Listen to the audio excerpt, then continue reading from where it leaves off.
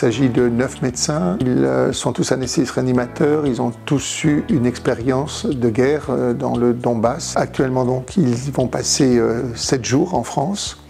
Et nous les formons sur les différents stages que nous avions mis en place en Syrie durant ces 10 dernières années, qui nous ont permis de former comme ça 34 000 personnes sur ces différents centres.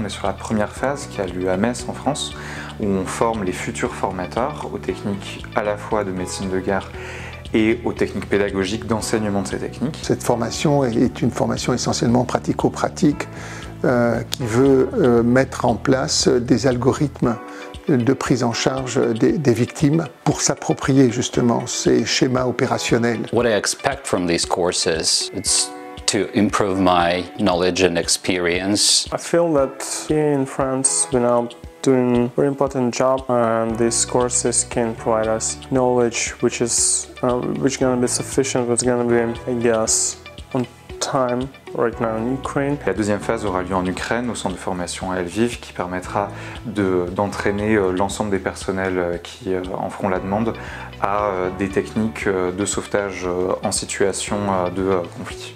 Donc pour ce programme-là, moi je m'occupe de la partie échographie, donc on va permettre d'apporter cet outil technique et qui peut résoudre beaucoup de situations cliniques en leur permettant en un temps assez limité d'être le plus performant avec cet outil. Il y aura un deuxième temps qui est le deuxième temps en Ukraine, où nous allons de nouveau, certainement par le mois de juillet, retrouver nos formateurs et avec eux mettre en place le premier stage, et nous superviserons sur place les premiers stages. Il y a 3 stages, un stage que l'on appelle ATMG, apprentissage de techniques médicales de guerre, qui est destiné aux médecins et aux infirmiers, un stage ATSG, apprentissage de techniques de secours de guerre, qui est destiné essentiellement aux sauveteurs, et un 3e stage qui est vraiment très important, qui est l'utilisation de l'échographie en situation d'urgence, qui va améliorer bien évidemment le triage des victimes.